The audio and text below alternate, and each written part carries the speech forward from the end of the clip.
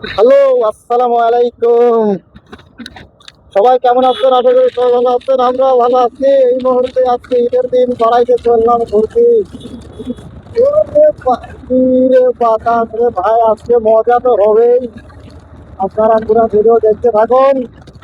কি আমরা করি, কোথায় যাই, আপনাদের সাথে শেয়ার করি এবং আপনাদের মতামতটা জানতে চাই। কিরকম লাগলো আপনাদের এই ভিডিওটা। এখন আমরা বর্তমান আছি আমাদের ইট ভাটার সামনে। দেখতেছি আজকে ঘুরতে বাড়াইছে, ফাইন ঘোড়া ঘুরতিছে, মানে ঈদের দিন উপলক্ষে মানে সেই ঘোড়া ঘুরতিছে একজনে। ঈদের দিন ঘুরতে কিরকম লাগতেছে তোমার? সেই মনে হইতেছে আর কি জানি কথাটা ভুলে গেছি। অনুভূতি কিরকম অনুভূতি? অনুভূতি বলে বোঝানো যাবে না। অনুভূতিতে আমি প্লেনে উঠতেছি।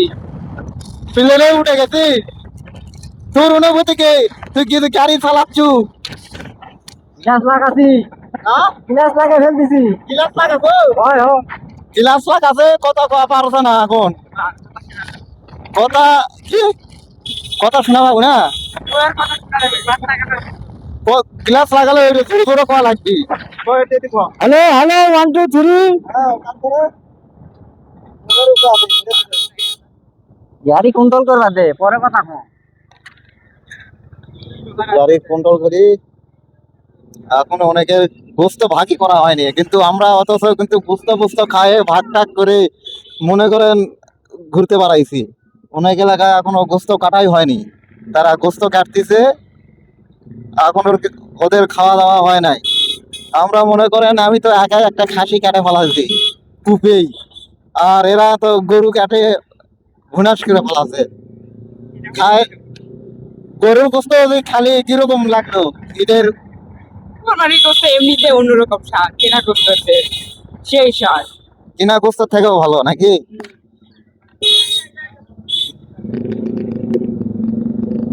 এমনিতেই কুরবানি গোস্ত খেলে একটু তৃপ্তি মিটে যায় আর কি, আল্লাহর রহমত। কিনা গোস্ত থেকে অনেক অনেক মানে অল্প একটু খালেই অনেক ভালো লাগে, মানে তৃপ্তি মিটে যায়। কিনা গোস্ত যদি 1 কেজিও খান অতটা মজা লাগবে না, কিন্তু কুরবানির গোস্ত অল্প একটু খাবেন আপনার কাছে সেই লাগবে। আর মনে করেন ঈদের সময় তো মনে করেন ভাড়া ভুতাও বেশি, এই জন্য আমরা গাড়ি নিয়ে বাড়াইলাম। সামনে গাড়ি আরো কিনা হবে, অতি শীঘ্রই গাড়ি কিনতেছি আমরাও, সমস্যা নাই। যদি আপনারা সাথে থাকেন, পাশে যদি থাকেন, অবশ্যই গাড়ি কিনবো। আর পিছে আসতেছে আরো 3 জন, ওরা মনে করেন গাড়ির ভিতর হরাল লাগাছে, হলাল নাকি হলার মনে আওয়াজ, মানে একবার 420 আওয়াজ। আর এই জায়গাটা অসাধারণ, মনে করেন চারিদিকে কাঁঠালের গাছ দুই সাইডে। আপনারা জানেনই রাজশাহী বিভাগের ভিতরে কাঁঠাল আমের গাছ বেশি, এই জন্যই বিখ্যাত বলা হয় রাজশাহীর আম, কাঁঠাল, লিচু, এইদিকে সবকিছুই বেশি। এখন আমরা যাচ্ছি সিটকিতলার উদ্দেশ্যে। সিটকিতলা থেকে চলে যাব আর এক জায়গায়। এখন সিটকিতলা রোডে আছি, নওগাঁ, নওগাঁ রোড, তিলেকপুর টু নওগাঁ, সিটকিতলা, এর ভিতরে সবকিছুই পরে। আপনারা যারা আশেপাশে তারা ভিডিও দেখতেছেন অবশ্য তারা জানেন, কিন্তু এই রাস্তাটা আগে যখন কমপ্লিট করা হয়েছিল না তখন মনে করেন সেই রকম খারাপ ছিল। এই রাস্তাটা করা হয়েছে মনে হয় 4-5 মাস হবে। রাস্তাটা বাড়াইছে, আগে আরো ছিল, আরো মানে চিকন ছিল রাস্তাটা, এখন রাস্তাটা অনেক মানে প্রশস্ত করা হয়েছে। আর দেখতেছেন রাস্তার সাইড দিয়ে অনেকেই গরুর গোস্তের ব্যাগ নিয়ে অনেকেই দাঁড়িয়ে আছে, চললে খেলাধুলা করতেছে পরিবারের সাথে। তাদের মনের অনুভূতি অন্যরকম, যদি আপনাদেরকে জানাতে পারতাম অনেক ভালো লাগতো, কিন্তু আফসোস গাড়ির থেকে নামা যাবে না, তাদের অনুভূতিও জানা যাবে না। কিন্তু আসলেই তাদের অনুভূতি অসাধারণই।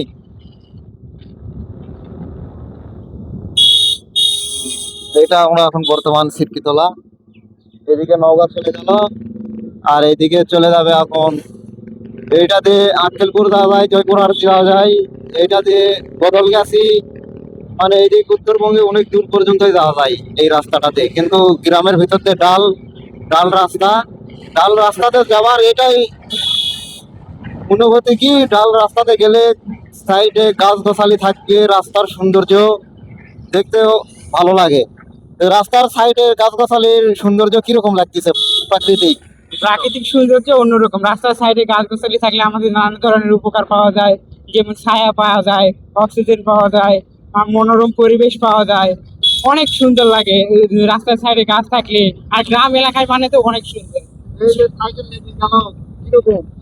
গ্রাম এখন মেয়েদের অধিকার বেশি, মেয়েরা সবকিছু নিয়ে নিছে, আর সাধারণ সাইকেল আবার কি। মেয়েরা তো অনেক বাইকও চালায়, তাদের বাইক স্টার্ট করা দেখলে মাথা নষ্ট, কিন্তু আমরাই সেই রকম পারি নাই, এমন অবস্থা।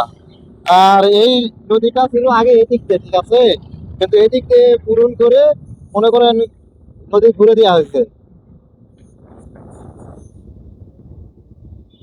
ফোন দিছে নাকি তোমরা? এই ব্রিটিশটা অনেক চিকন, একটা ভ্যান ঢুকলে মনে করেন আর একটা ঢোকা পারবি না, এই অবস্থা। ওই তো বলার, এই ডান দিকে যায়, এই ব্রিটিশটি অনেক আগেরই পুরাতন, আগে ছিল, বড় ছিল, অনেক আগে থেকে এরকম। আগে থেকে এইরকম ছিল, তখন মনে হইতো বড়, কিন্তু আসলে এটা এখন সেই হিসাবে অনেক ছোট দেখা যায়। এই দিকেই তো স্বাভাবিক। নদীর পানি মনে করেন টলমল টলমল করতেছে। এ বকরি অজ্ঞান করবি রে তোর আওয়াজ শুনে। আশেপাশে যারা ঘুমাইছে তারা ঘুমার থেকে উঠে পাগল হয়ে যাবি। তো কি হলো রে? এর আগে যখন আইছিলাম তখন এই নদীতে পানি ছিল না, একেবারে তলায় ছিল। এখন নদীতে পানি হয়ে মনে করেন একেবারে সেই লাগতেছে আর কি, নদীর পানিতে স্রোতও সেই রকম। এই ব্রিজে অনেক আগে একবার আসা হয়েছিল, এসে ছবি তোলা হয়েছে। ব্রিজটা মানে নদীর পাশে ব্রিজ, একেবারে চারিদিকে টলমল করতেছে পানি রে। এইদিকের কাস্টমার উঠে গেছে, এখন এরা চারিদিকেই মনে করেন ডুবে অস্থির। নদীর আশেপাশে বাড়ি ঘর যাদের আছে তারা একদিকে ভালো, রাতে কারেন্ট গেলেও গরম লাগে না, আর দৃশ্যগুলো ভালো লাগে। কিন্তু যখন বন্যা হয় তখন দেখতে খারাপ লাগে।